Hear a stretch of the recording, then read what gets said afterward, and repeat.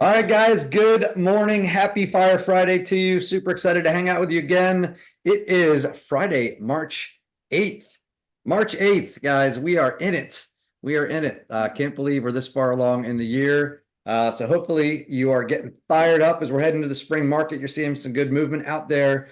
A lot of people looking to figure out how to capitalize on the industry as it is right now, the market the way it is right now, a lot of uncertainty out there and everything else. People are looking for the place and the partners and everything else that can help them succeed at the highest level. So on Fire Fridays, we talk about agent attraction. We talk about how to use the platform here at EXP to bring other folks in to help them thrive. With us as partners with the company. What does that mean to go help other people succeed? And how do you have those conversations and how do you offer this opportunity to others and that sort of thing? So super excited to have our friend Aaron Lippert on with us today. Aaron and I have enjoyed getting to know each other over the last year or so. And chatting. We have some similar backgrounds and that's been super fun. But what's really cool, although he was in New York and New England, he has been overseas building over there as well. So he built brokerages in the US, and then he has built regions and brokerages over in Europe. And he's kind of seen that on a lot of different scales. He's been involved in sports and entertainment industry, the luxury industry, and he has a really cool background in as a professional recording artist, musician, and all that kind of stuff. And we've got a couple of musicians in our group here too, which is really fun. We're getting a whole bunch of music people, so I know when we all get together somewhere, at least we can jam out and have some good tunes. So virtual band. There you go. Yeah, that's right. That's right. So Aaron, thank you for being here, man. I appreciate you coming I know you're here a lot of times with us anyway, but we're excited to learn from you today and hang out and talk. Right on, man. It's a pleasure to be here, and I'm excited to be able to just to share whatever I can with you guys today about my experience, about some of the reasons why I have come over to EXP, some of the things that I've noticed about working in a European market that are different from a US market, and really any questions that you guys might have about referring business to Parisian markets. I love it. Yeah. I love it. Oh, let's see. I'm pinning the wrong person here. Hold on. There we go. So, Dave, where would you like me to begin? I'm happy to talk about any and all aspects of my long and winding road, as Paul McCartney likes to say. I love it. I love it. Well, maybe just give everyone kind of a brief. You have a really cool history. Some of the stuff you've done prior to real estate, getting into real estate, and then some of the stuff you've done. So without going the whole hour on it, give us a little bit of give us a trip down your path to get where you are right now. It'd be awesome. Right on. Well, all right. So, born and raised in Long Island, New York. So I'm a tri-state New Yorker. Moved to the Boston area immediately after college. And at that point, during college, I had thought that I was going to go into international business. That's where I was trending. And then in my senior year, I made the decision to, instead of doing that, to have a go at the music business with the band of friends that I had been playing with for years and years from Long Island. So we all moved up to Boston. And we just all committed 100%. We were all in on sort of chasing the major label dream, which at that point in time, and we're talking 1992, right? And so this is like pre-Napster, pre-file sharing. It was like, you're the only route to stardom was through the major label system. And so we were chasing that. And Boston in the early to mid 90s was just absolutely on fire in terms of like a music scene. It was really vibrant. You had tons of really great bands coming out of there at that particular moment. So we were very lucky to be surrounded by an incredibly supportive music scene. And I had set a goal for myself. I said, all right, if by the time I'm 25 years old, I haven't been signed. Your call has been forwarded to an automated voice message. I'm going to give it up. and we'll go back to the whole international business thing. So, we start to write music. We all have odd jobs. I was a courier. I busked in the metro station to make money, like all kinds of whatever you needed to do to make money in order to support the art. And by 1996, we ended up signing with Columbia Records after Love it. a fairly extensive, showcasing process in New York, and put out our first record. Started to tour, went all around the U.S., opening for bands like Tonic, who had a big radio hit at that particular moment. Mm-hmm. Canada, and they dropped us. We got picked up by another label that was a West Coast. We ended up writing a second record, and right as we were putting that album out, the largest merger in the history of the music industry happened, and our label got swallowed up by Universal Seagram's, and the record got shelved and wasn't released until about 10 years later. And so at that point, you know, basically made the decision to go into the restaurant business for about 5 years. And that was all sort of waiting until we could get into the next tour, which the next tour didn't ever come.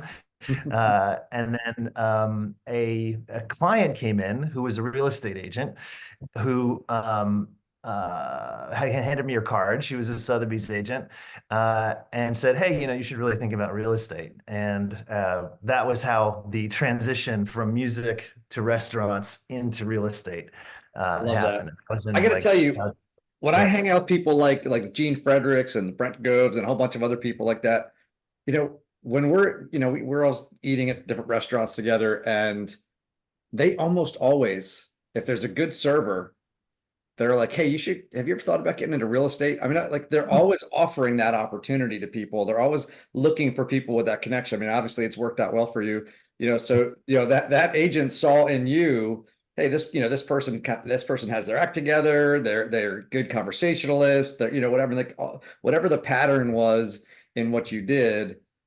Said, "Hey, you should give this a shot." So anyway, just a thought out there. I always talk about having your head up and looking for opportunity everywhere. And some of everybody started somewhere, right? All the top agents, the top agents 5 years from now isn't in the business yet. Right. And actually, to pick up on the restaurant world thing, I think there are two things that ought to be taught in American high schools that are not currently. One is financial literacy. That's a huge thing.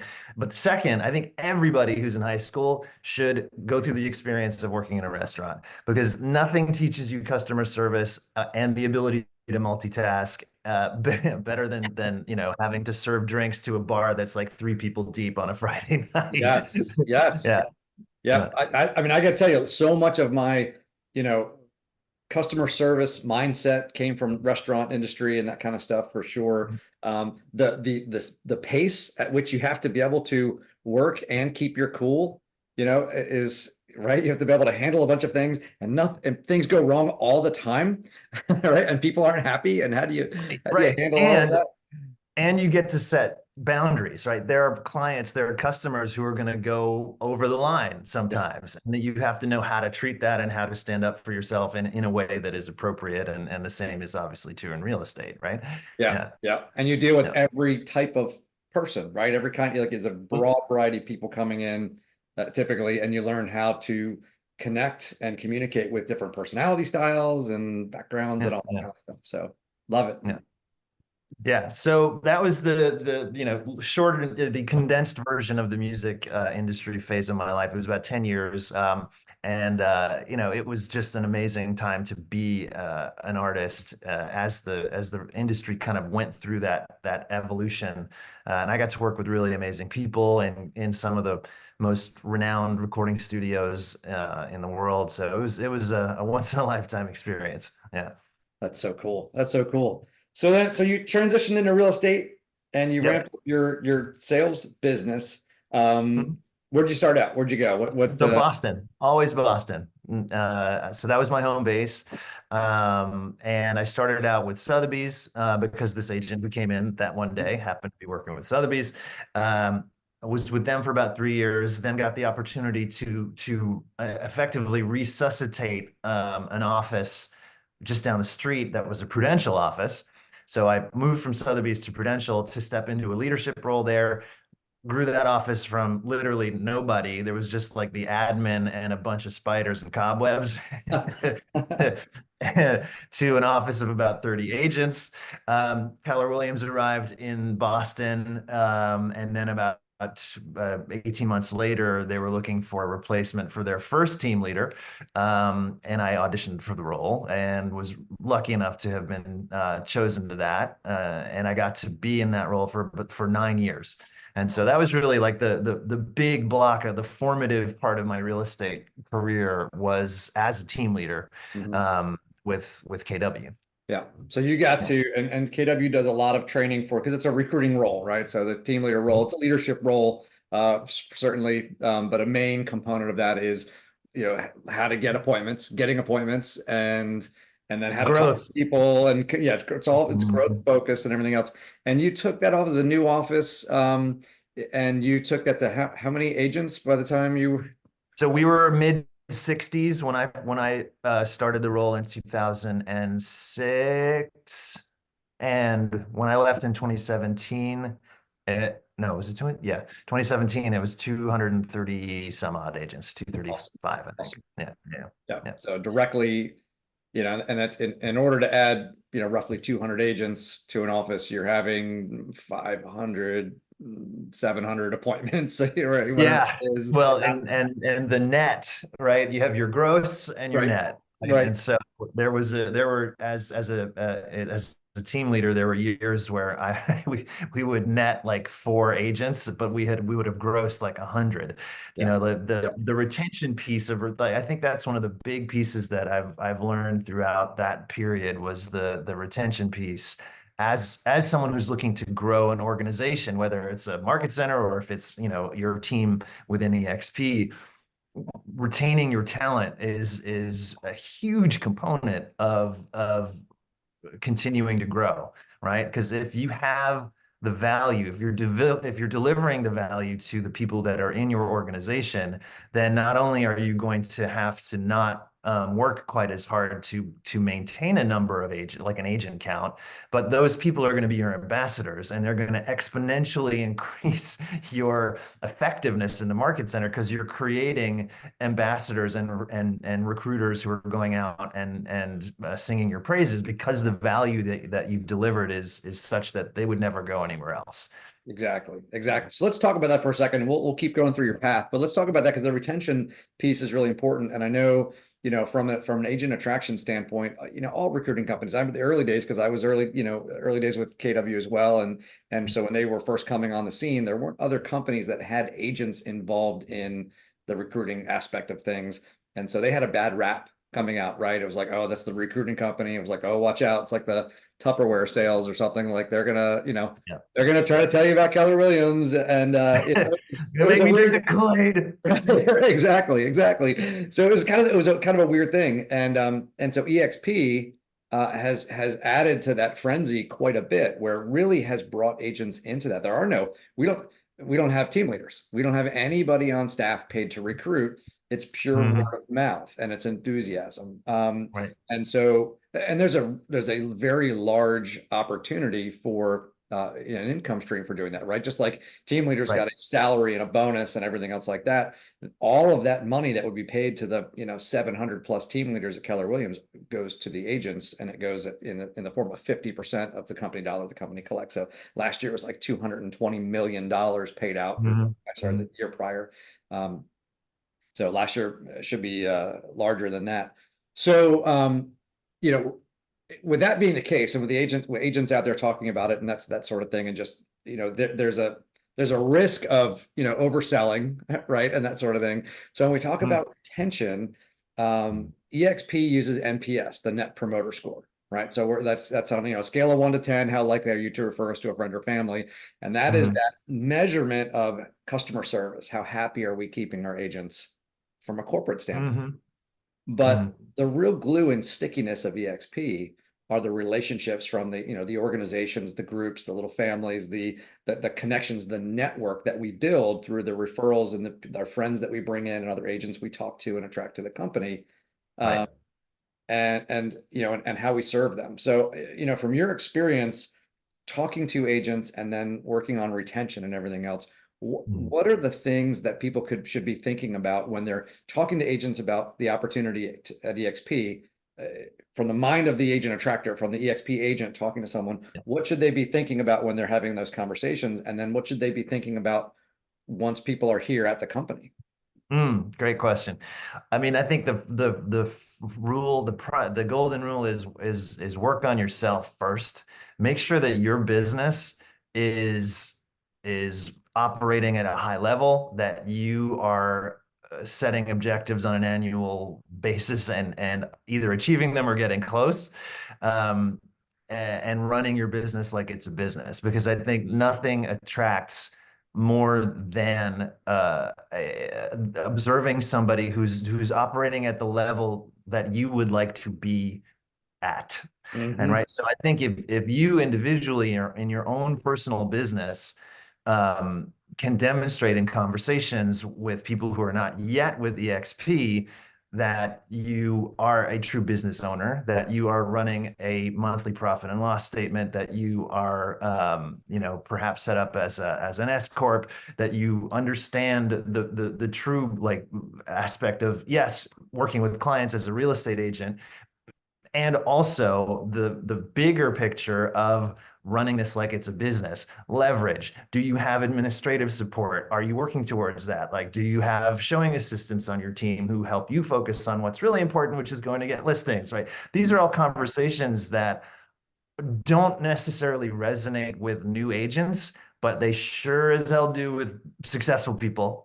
Right. That's right. Yeah, exactly. Yeah. So if you are looking to attract people who are successful, then it's about having to being able to speak that language with them to begin with from your own experience. And so it's an inside sort of game there. I would say Love that's that. sort of like your foundational part.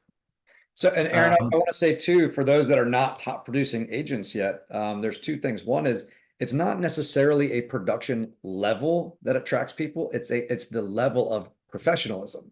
Right? Does that make sense? So, yes, obviously, if you're a high producing agent and your business is super dialed in, people are going to want to learn from you. That's very attractive. People want to be around you. But if you're a newer agent, but you pick up the phone when people call you, you return messages quickly, your paperwork is done properly, if you're good to do transactions with because you're dialed, you study the game and you learn and you get coached or whatever you need to do to be a great professional, those agents, if they like doing business with you, I've had new agents where the agent on the other side would say, hey, I would get called as a team leader or whatever, right? And they would say, so I just want to let you know, so and so was so great to work with. And I said, do you know that was their first transaction? And they were like, what? You're kidding me, right? So, so you can build a great reputation in the marketplace by being an excellent professional, being great to work with. And you have to learn what it means to do those things and be purposeful about it. But that is when you go to talk to someone and say, hey, I'd love to talk to you about EXP. And they were like, I hated doing business with you. Why would I talk to you about joining your group? Right. So it's that level of professionalism. So I just want to like for someone who's newer in the business, you can attract someone who does more business than you, but not if they don't like doing business with you. That's 100% true. I would agree with that wholeheartedly. So, and then the second piece of it, I would say is in the same way that we as agents, when we go on listing presentations, we I don't know if this is something that people still talk about, but having commission breath, right? Mhm. Where the seller is able to immediately sense that the only reason that you are there as an agent is to earn money, right? And that's an immediate turnoff, right? Nobody wants to be sold. People want to just understand what their options are and make the best choice. Recruiting is 100% the same thing. And that if you arrive in a consultation with somebody, right, you're sitting across from an agent who's a potential EXP agent, And right out of the gate, they only sense that you're talking to them because you're looking to build your downline. That's a non-starter, right? It's really got to be a consultative process where you're 100% present in that moment, where it's just you and that other person, no distractions, and they feel like they are the most important person to you in that moment, and that you're asking them a whole lot of questions about their business and what they're looking to achieve, right? It's a needs analysis, and it's how are you going to be able to show up for that person or how is EXP going to be able to show up in that person's world as the platform to help them get where they want to go. And it's very specific. Like, you want to understand, like, okay, your objective is to close 22 transactions this year, and to have a GCI of 350,000 or 150,000, whatever the number is. It doesn't matter, because it's their number, it's not yours, right? This is a consulting moment. And then it's about, okay, so what's your plan to get there? Like, what's your gap? Identify the gap. And then it's about presenting to that person the number of different ways and strategies that you, EXP, present, that are going to help them get there. Yeah. And what percentage of agents, in your experience, are highly interested in learning about revenue share, profit share, all those other things in that initial conversation? Low. Right, right, right. That's not that top is of not, mind. It's not that's the not the priority. focus, right? And most agents are not at a company where that is offered, and so it's not on their radar, and they don't really understand what it means. And a lot of people that I'll talk to about, and they go, say, hey, have you thought about EXP? And they're like, yeah, but I don't want to recruit. I'm not a recruiter. Like, that's their concept of it. And because that's also what so many people, if you're excited about building your network and building that future income stream, which most everybody's on here because that is an incredible opportunity here at EXP. When you're excited about it, the problem is a lot of people take that enthusiasm about what's important to them right now, and they project that onto that person, and they go, this is like, you don't understand. You get it because you're here. You see how it all works and everything else, but they don't. And the truth is, even here at EXP, right? It's, about 80% of the agents at EXP don't participate in revenue share. They are here because EXP is an incredible real estate platform with great tools, great technology, great support, great collaboration, great culture, training, access, all that kind of stuff like that. The platform is really good. It works well for them. The environment, the community, all of those things, whichever combination were important to them. As you said, it's their needs, their money, their goals, their everything else. Their revenue share had nothing to do with them joining the company. And yet a lot of people who are excited about revenue share lead with it or spend most of their time talking about it. Right. Exactly. Yeah. So again, it's, one of the things that as, again, I always try to draw the parallel between our lives as people in production, as agents, and how we interact with clients, and make those parallels to recruiting. Every year the NAR puts out their study of, like, the top 5 things that buyers and sellers are looking for in their real estate agent, right? And it's always like, number 1, like, be trustworthy. Like, right.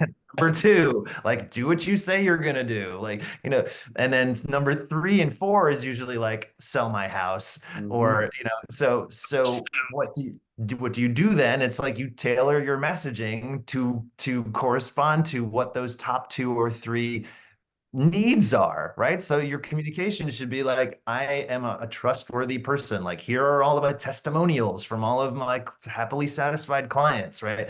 And you build that level of trust that way. But you have to understand what those 2 or 3 top things are before you start to go, regurgitate EXP all over them. Yes, exactly. Yeah. I love that. Yeah, it's the, and we've talked about kind of the combination or the similarities to being a doctor, right? The doctor doesn't walk in and then tell you, all right, here's what you got to do. I'm writing you a prescription. and here's what I need We're you to going be to be doing. we're going to be amputating your left Right, leg. exactly. What?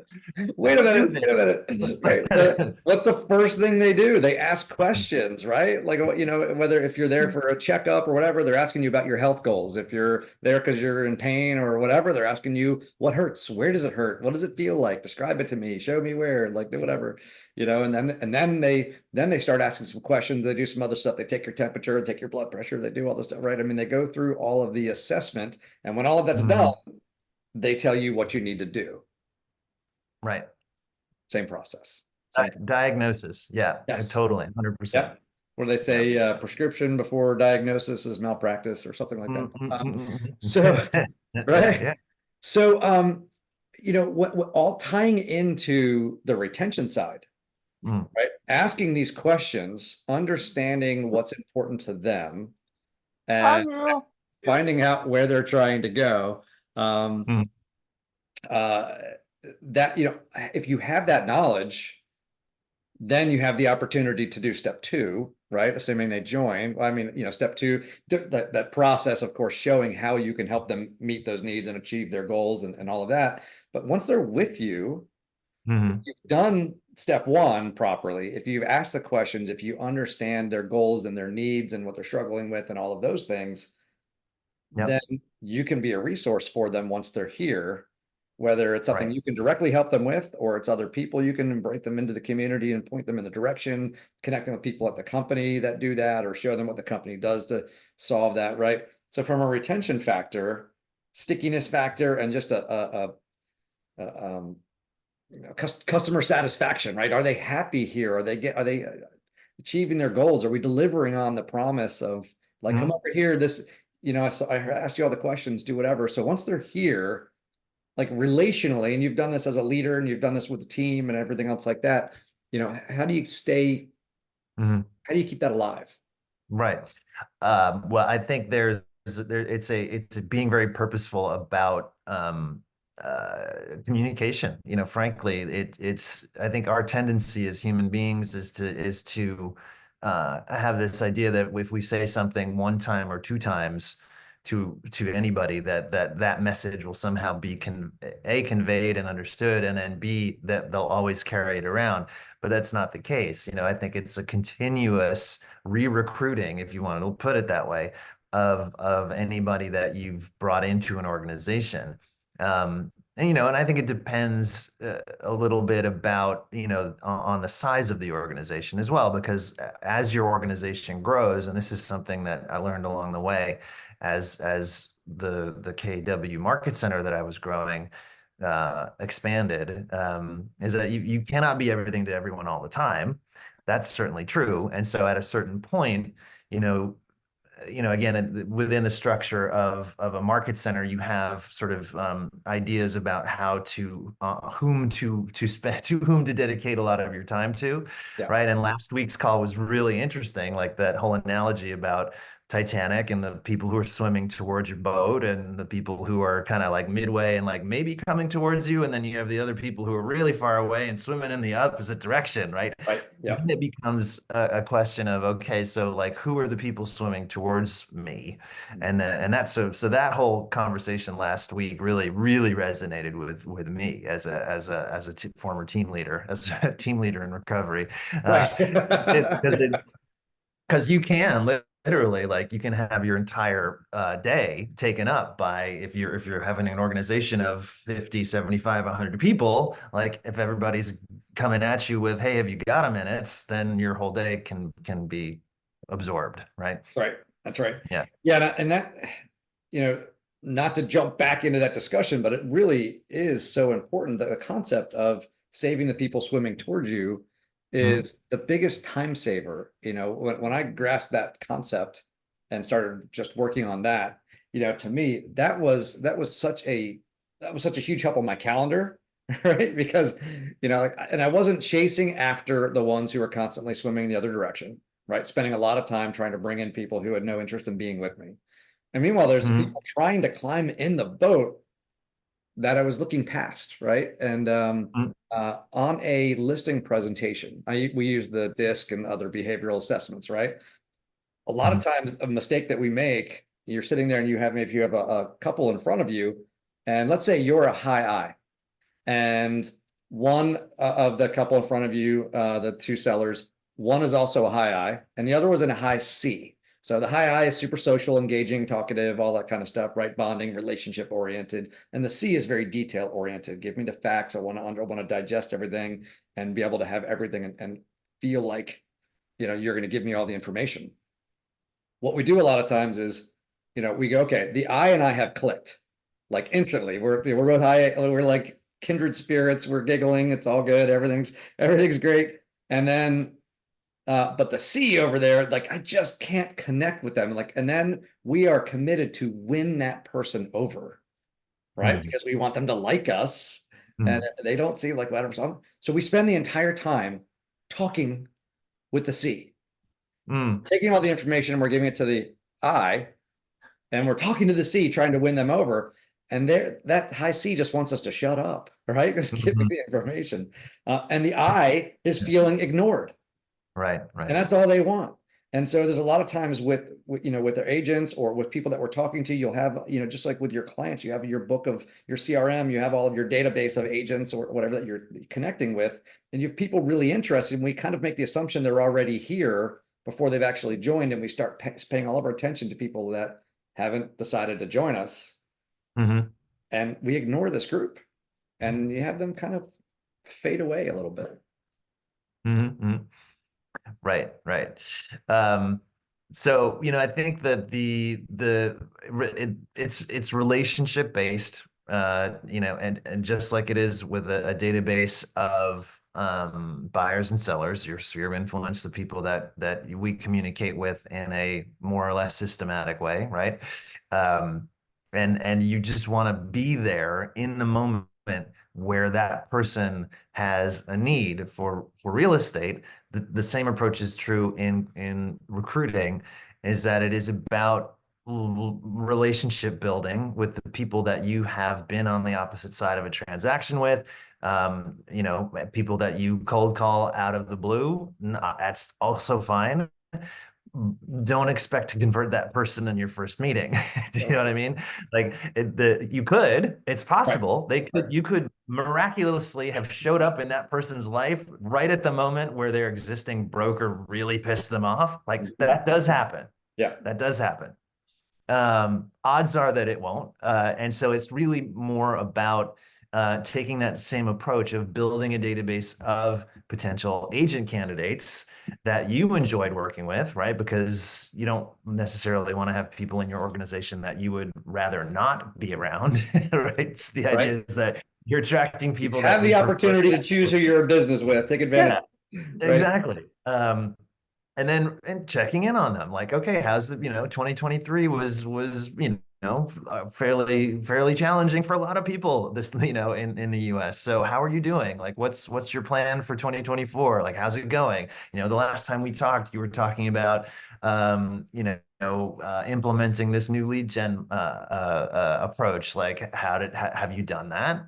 Okay, great. How did it go? What were the results? And you're just having a conversation about the business, but that it's sticky, it's glue, right? That person will continue to think about you. And then once you've got that level of connection with them, you can say, just given what we've been talking about, it occurs to me that perhaps a platform like EXP might be a fit for you. Would you be interested in having that conversation, right? And so once if you're already at trust, like they're gonna say, okay, that's really interesting. Tell me a little bit more, right? When you're coming in like super out of the blue, left field, like, hi, my name is Aaron, and you should come join EXP. Like, bye. Right. They've received that phone call before. Right. Yeah. So I think that's my biggest sort of piece of advice or learned over 9 years in the seat of a team leader is that it's just far more effective that way. That's really good advice. It's really good advice, guys. That the concepts that Aaron's putting out there, these are things that should be built into your habits and your conversations. So I want to shift gears real quick because this is kind of fun. You're talking to us sitting where right now? I'm in Paris, France. Yep. Yes. So you Yes. had the opportunity to help grow regional divisions out there, right? The Benelux region. You're out there helping to build, Keller Williams in Europe, and also to grow market centers in Paris. All right. So you've been out there. So making that shift and that transition, we have some people in the group who are interested in also expanding internationally. And the, Hmm. we are so far from saturated in the US. There's still so much upside in the US for growth. We have the ability to triple in size in the United States and still have opportunity. And real estate's kind of like that saying about the, forget who said it, about the river, right? A man can never step in the same river twice because it's not the same river and it's not the same man. Right. But people are constantly getting in and out of the business. So not only can we triple in size in the US and still have tons of opportunity because of the movement, Mhm. but the opportunity outside of the US is multiple times larger, multiple times larger. Right. So not only is there a ton of opportunity for growth and attraction in the US, but going overseas. So a lot of people, if they've never, thought about real estate in other countries, right, as far as working with realtors and how the process is different and the people are different and the industry is different and all that kind of stuff. What if someone's interested in saying, hey, I would love to start, finding some contacts and opportunities and growing in France or in, somewhere in Europe or something like that, man, there's a lot to learn, but what are some of the Mm. basics? Let's start up, macro 30,000 feet. If they say, hey, I put it on my list of things to happen in 2023 is I want to have my first international partner. Yeah. What kind of advice do you have Well, for I us? mean, one of the places to start from the 30,000 feet up is the licensing process. So in the US, there's a finite pool of people that we can get into business with because you've got to be licensed in order to do business. Um, so in France, anyway, I can't speak for I can speak for Belgium and Luxembourg. But in France, there is no licensing process. So what that means is that essentially to get into the business as a real estate professional, all you have to do is go sign up with the local Board of Commerce, which costs like 18 euros, and that's kind of about it. Wow. Um, so we talk about recruiting ponds, right? Like how big is your pond? Like how many licensed professionals do you have in it? So the population of France is 60 million people. Your pond is 60 million people. There you go. Right? So it's a massively larger potential pool of people. And that doesn't mean that everybody in the country of France has a burning desire to get into real estate. So, you have to take that with as much salt as you want. But That it conversation does. with your waiter, you can say, hey, if you're a server, right? And you say, have you ever thought about real estate? Like, I'm going to give you a $20 tip. Go get your license and let's get started. You're great. Well, that's it. It's like instead of in the US, you'd have to be like, okay, well, here's the licensing school. You're gonna have to go spend 48 hours or 120 hours if you're in California, like to go get your license, and then you have to sit for the test. And so we'll talk in like 3 months. Like it could literally be like, we'll see you tomorrow. Like that could be as fast as it could happen here. Um, so that's one thing.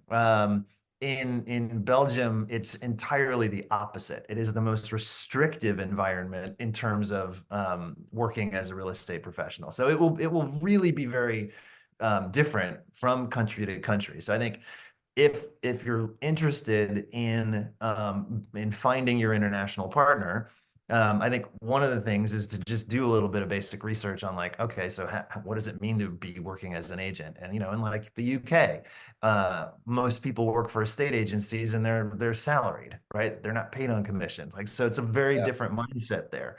So I think it's just because having you don't have to become an expert, but do a little bit of research and just figure out like how each market functions from a basic level, right? Yeah. No, it's great. And And there's, then, yeah, go ahead. say exprealty.partners. I'm sorry, exp global, expglobal.partners. there's a website you can go and see all of the different 25 countries that EXP is currently open and operational in.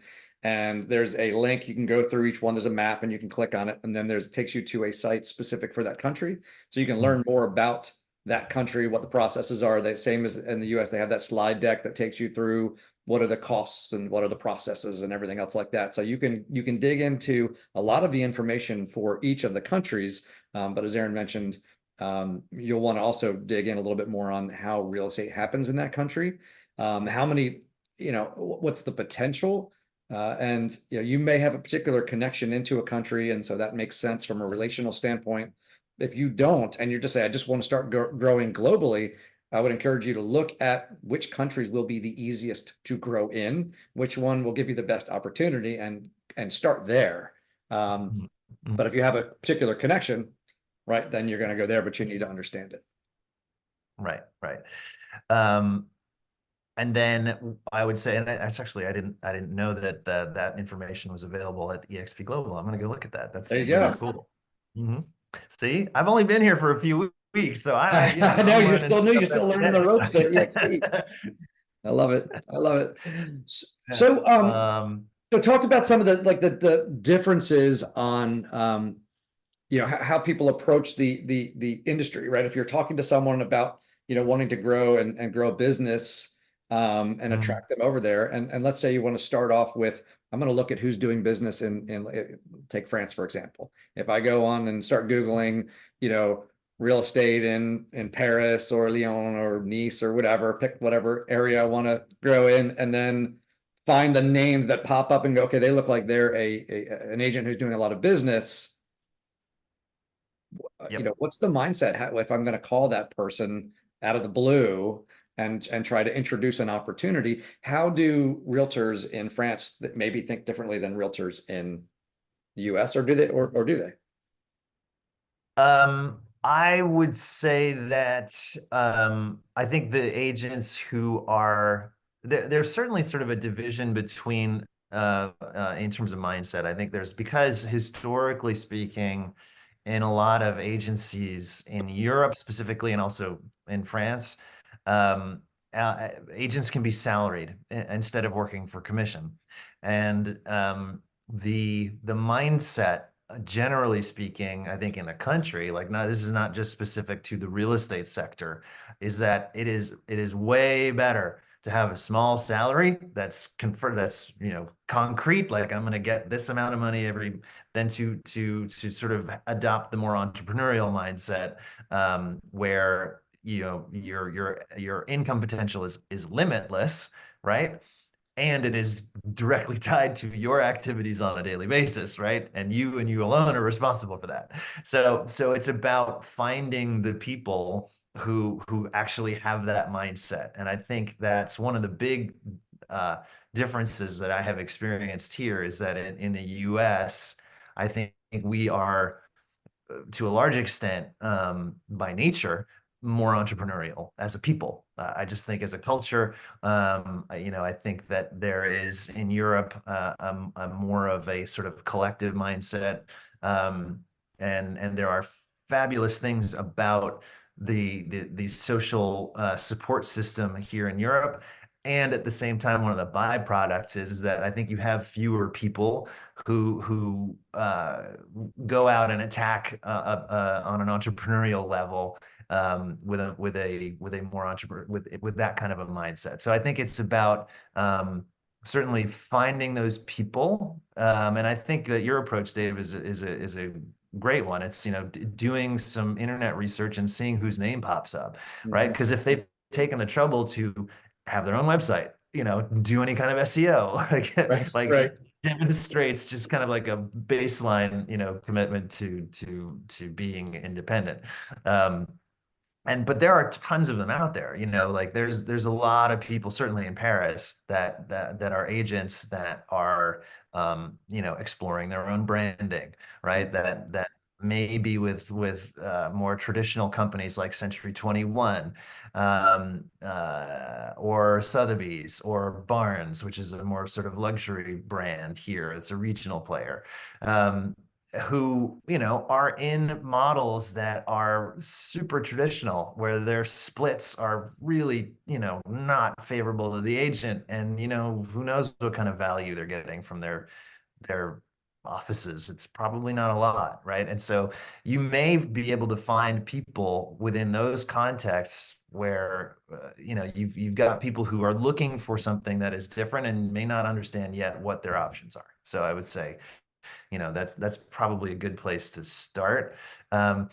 Obviously, being able to communicate in the language that the people speak is Right. helpful. So Yes. if you're going to start recruiting into Germany, being able to speak some German is probably going to be a good thing. May not be Yes. necessary. I mean, if you look at like the Netherlands, for example, or the Flemish speaking part of Belgium, everybody there speaks English at a level that is incredibly high. Why?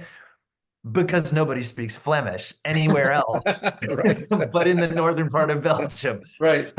So they're all learning English, from the time they're like 3 years old. So like it really will depend on that international environment. But I would say that's going to be, the fundamental ability to be able to communicate at a certain level is obviously going to be a big piece of the equation. Yeah. All right. That's great. And so, um, what is what's some of the differences you found as far as the types of brokerages, right? So over, and in the US, we know there's different pockets. Some areas there are a lot of what I'll call the big box brokerages, right? There's all like the big companies, big national brands and all that kind of stuff. Some areas have a lot more boutique, right? There are no big brands over there. Some some have a blend but don't have any of the newer, like New England, in that area tends to be, a little more traditional minded than like Yeah. some parts where it grows really quick. So what have Yeah. you found over there, for you as far as types of brokerages? What Um, do you expect? I would say in France, we have, you have some of the larger franchises. Coldwell Banker is here, and Century 21 is here. We do have Engel and Volkers, but they're really not very present. And Remax is like not a thing. Like they may be in some part of France, but they're certainly not in Paris. I don't know where they are, right? So, and then you'll have sort of mid-level regional players, and Barnes is an example that I listed. There will be like Daniel Feo is another. And so those will have offices throughout France.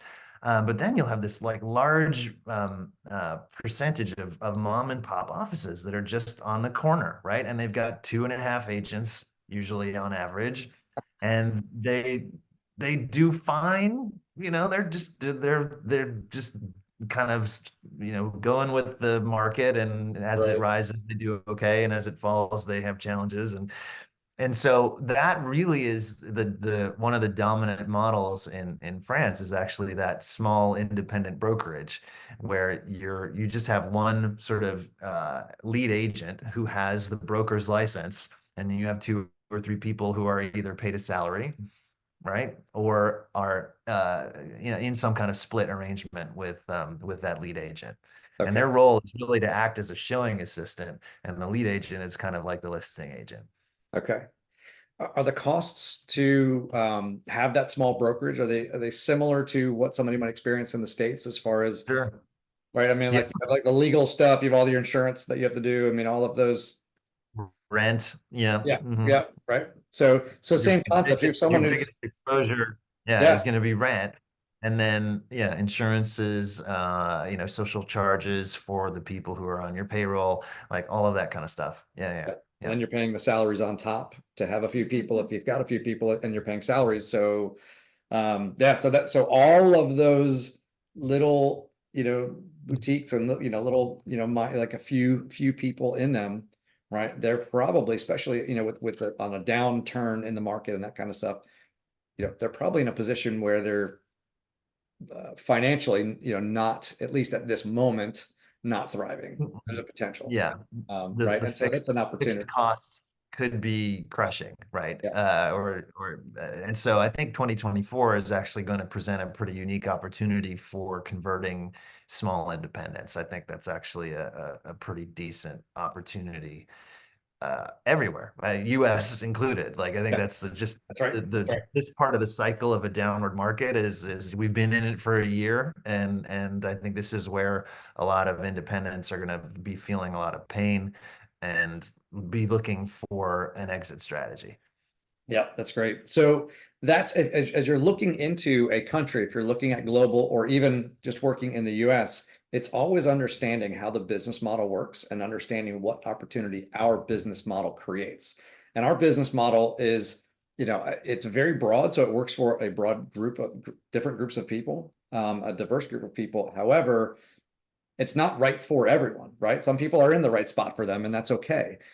So the goal is to find the people who our model benefits the greatest right now, and to find people who are either in pain, right? Currently, their model is not working with the way the economy is going right now, or how the industry is going, and how do we help them out of that situation into a great situation, right? So that's one. And so that group right now, all of the independents, smaller independents who may be feeling the pinch right now, it's an opportunity to help release them from that pain into a great opportunity. And then on the other side, those that are thriving, does our model become an accelerant for them, right? Does it help them thrive at a higher level? Do they have limiters based on, on their success based on their current model? And so those are the two groups. The people in the middle, they'll come, but again, the ones swimming towards you.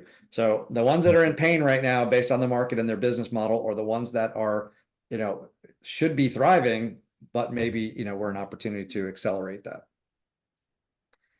So Great Aaron, point. we're getting up to the top of the hour here, and I appreciate you hanging out the whole time and sharing with us all this stuff. Any last thoughts as far as, what you've seen, in just a few weeks of being with EXP? What are you seeing as far as the opportunity, and what do you have to leave us with? Well, I've started my first recruiting appointments, and I'm on the theme of sort of delivering value. I was brainstorming with another top producer here who's not yet with us, but I'm working on to start doing sort of uh, cross brokerage masterminds as an event to build awareness about EXP, and to deliver training and education and some coaching to see if that could be a way to raise visibility, and to attract people to my organization here. So that's the latest sort of brainstorming and creative process that I'm going through this week. Yeah. Love it. I love it. Well, you're going right to, coming from contribution, right? What do I have to offer? How can I help people succeed? And how do I put that out there in a way that helps people win? And, they can take that and win and not join, and that's okay.